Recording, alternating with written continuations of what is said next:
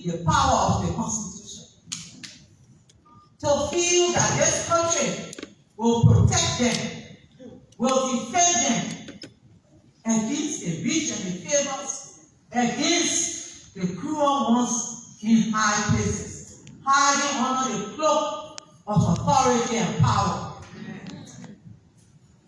That's our job. The second group of people to defend this country,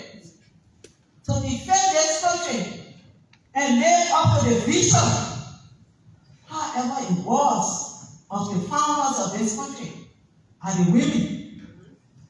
The women, we their children. We nurture children. We nurture children, and we want the best for our children.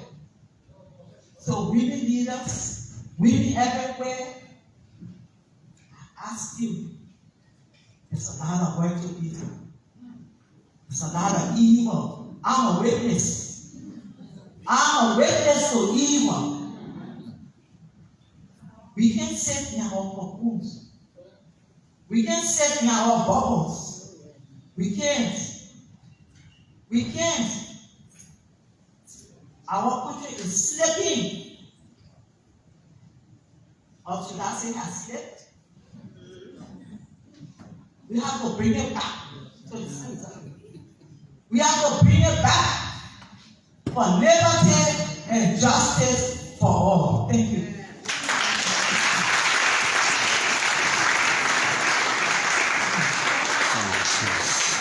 Former Chief Justice of this Separate Court of Liberia and former Justice Minister, and there was just released Gloria Musu scout. It's right before my camera. And so, we'd like to hear the story of one of the youngest deputy minister in this government. We are still listening to the stories of people. We call it the intergenerational group. So I'd like to call on actually Laura Musu to come and tell us her story. Laura has a very, very unique, and I say a unique story. So she'll tell us how she navigated her way from down there to where she is today. And what is the lesson that other young people can learn from that? We have a lot of young assistant ministers. Is there something from Laura's story that you can emulate? So Laura, the floor is yours.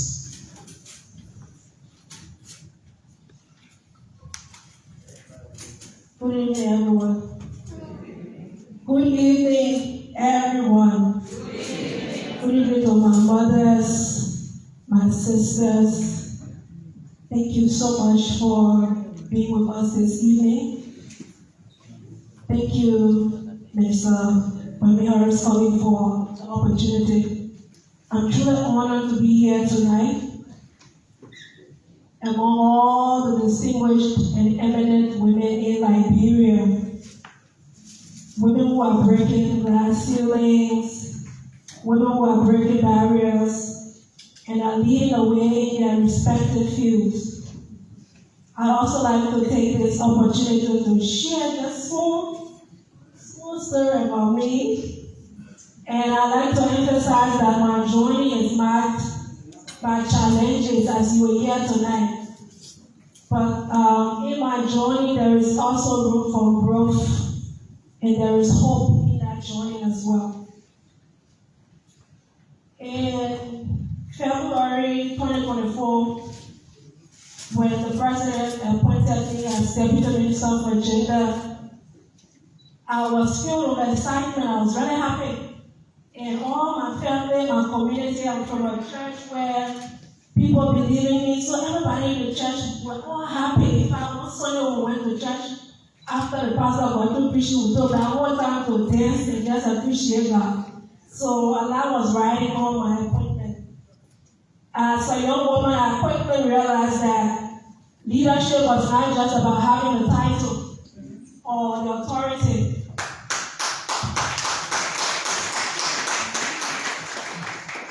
For me, leadership was about influence, responsibility, and the ability to inspire others through the work that I do. But I also like to say, like many of us, I have been faced with a lot of obstacles. A lot of people have doubted me. There's always this pressure to prove yourself, especially when you're young. And there's this whole challenge of balancing your professional and personal life. I was telling a group of young people today in Kakata that we always say we want to sit at the table.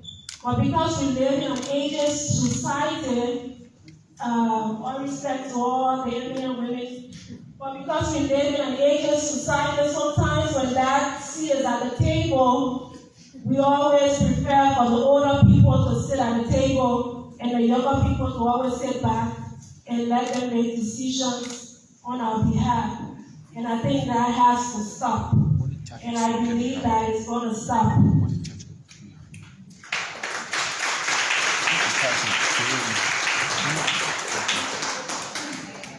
One of the most important lessons I've learned is the importance of resilience. I'm from a very, very humble background. I was born during the war. I came from a family of not too much, but very, very little. I'm the first person in my family to graduate from college, so I'm a first generation college graduate. We didn't have a lot of privilege growing up. The first time I ever celebrated my birthday was when I was 27, and I used my own money. So we didn't grow up with that privilege of having birthdays, vacations. In fact, by the time I was in 3rd grade, by the grace of God, I got on a scholarship that took me through straight to college. And I was in a private school from 3rd grade straight to college. I graduated from high school when I was around 15. I wasn't even 16 yet. And when we were in school, we had some students that we already knew came from a background of privilege. So when they're speaking, you have to listen to them. And when they were speaking, they would be asking one another, who's going to be the first person to go to college in our class? I would need a mind and one. Imagine when I came to school at AMU, the one on Camp Johnson Road. One of my classmates, he met me on the campus, and he had the audacity to ask me, what are you doing here? I said, So it's just to say that some of us, because of the backgrounds we came from, were written up. Like, this one is not going to make it. But I was the first person in that class to graduate from college before the other people started going to college and graduating.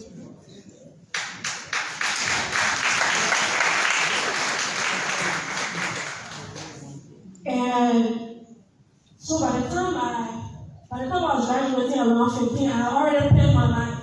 I said by 20 I want to be out of law school, and then I'll go to other opportunities or go look for other opportunities. But the interesting part is I graduated from law school when I was in my early 30s. So it took me almost 10 years to navigate through the ups and downs of life, to graduate from law school. I was disappointed at certain times in my journey. I wanted to quit because it was hard. In law school it's full-time. And those of us that, we're struggling and trying to make it on our own, I didn't have people paying my school fees, so I had to go hustle, do my little hustle before I go to school. So it was really, really, really difficult. At a certain time, I just stopped and said, let me look for other opportunities. I applied to Harvard because it has always been my dream school. I said, since I'm not doing law school again, let me just apply to Harvard and see what I can get. And the first time I applied, I was not accepted. And at Harvard, you have 3 times in your entire lifetime to apply to Harvard. Those 3 times, if you're not getting the opportunity or you are not admitted, that's it. So I applied for the first time, I wasn't accepted. I applied for the second time, I was accepted, but then I couldn't raise enough money in time to go to school. So I had to forfeit that whole admission. The third time I applied, by the grace of God, I was accepted, and then I went on to do my master in international education policy. I'm going to tell you just to show you or to let you know that we may have plans, but the obstacles are there. And somebody once told me, and it's a famous statement, if life throws stones at you, build mansions with those stones. And some of us are young in this small Liberia, where we always say opportunities are limited. You have to keep pushing. You have to always doubt you. They will ask you questions. Is she good enough? Whose family is she from? In fact, you used to ask me where your father is. Who's your father? I said, Papa, you don't know my family somewhere. So it really has been a journey. One key thing I told throughout my journey, the president saw it necessary to connect me to my boss, Lady Nana, Honorable Bernie Horace Foley. She believes in me, she keeps pushing me to be a better version of myself. There's an eminent woman called Evangelist Word, I was in the Word. She used to be my boss lady. And I started with her. I used to take pictures. I was the communications person. I used to be tiny and very timid. So one time she told me to an event, and she said, Laura, if you don't exert yourself here today, we'll go back to the office. I will take action for you guys. So it's so shame when go for the event. Taking my boss's picture at the beach. She said, Laura, you have to believe in yourself. And I did. I believed in myself. She mentored me. She connected us to the former president, President Sirleaf, who also mentored me as well. And I'm just so grateful for the opportunity to be mentored by those eminent women. Before I take my seat, I'd like to remind all of us that leadership requires learning. Most of the times when we think about appointing people to leadership positions, we always want to think that they know it all. They should have a certain level of expertise before they can aspire for certain things. For me, if you see the passion there, if you see the vision, give that person an opportunity, you will see what they do.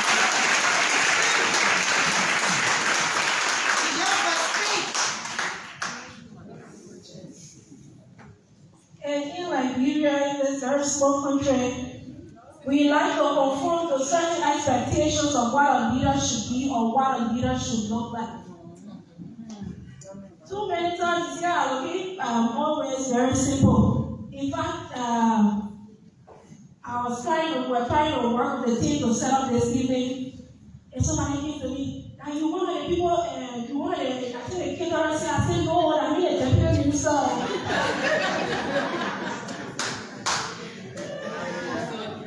Yeah, we expect a leader or someone who's in a leadership position to look a certain way, to act a certain way. So we put people in boxes, and it's not good for all of us.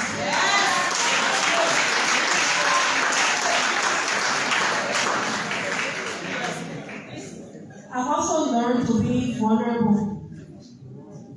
There are times where when you need to express emotions, you express your emotions.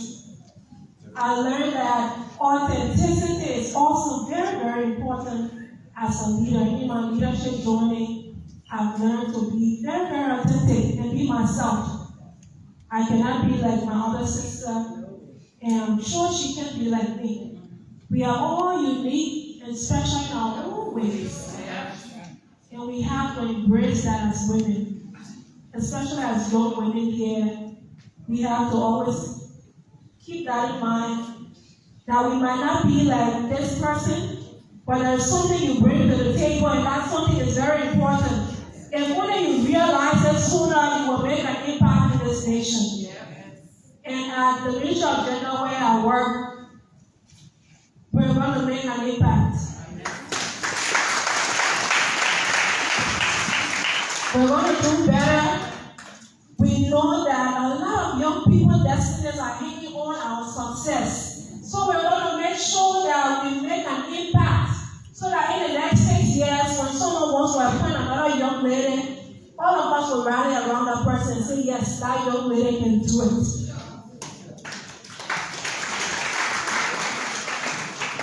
In closing, I want to encourage all of us to believe in our abilities, stay resilient. Young people, young women, seek out mentors and allies, people that can mentor you and help you grow. All of us can ask, nobody fell from the sky. People always say no man is an island. If you find a mentor, grab that person, and let that person teach you some life tricks.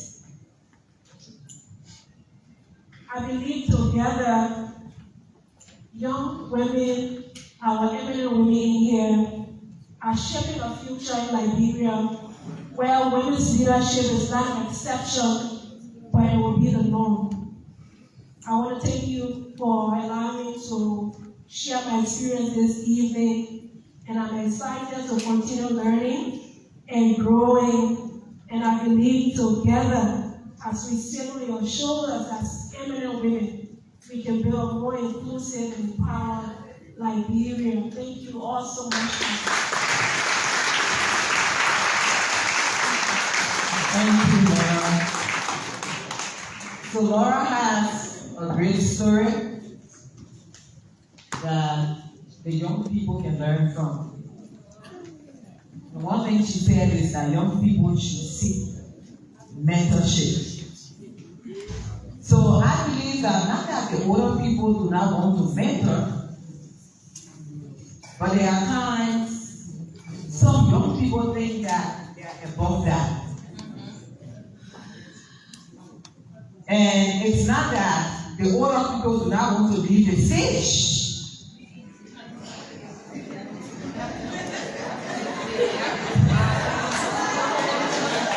Am I lying? Not that we don't want to leave the stage, right? But sometimes you need the recognition and the respect. And I'm sure that they are open to mentor. And the young people should be willing to be mentored. And so Laura is a very good example of that.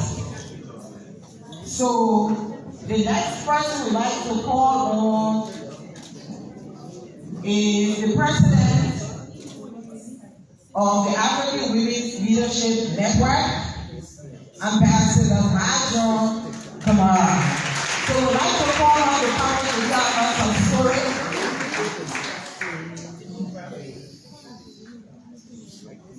She's a CC career diplomat. So she and I were just having a very short discussion over there, and then she said to me, ask her a question. We are coming to you live from the ballroom of the religious service ministerial complex. It's a whole day long stuff. So how you manage? Tell us. I want to know how you manage. All these years. It's the network with elected. How you manage? You get to where you are. Elected and appointed women leaders. The dinner was organized or is organized by the Ministry of Gender, Children and Social Protection. Support coming from the government of Liberia, the Swedish Embassy, as well as the UN Women in Liberia. Ministry of Gender, and to the partners, the UN Women, for bringing us together today.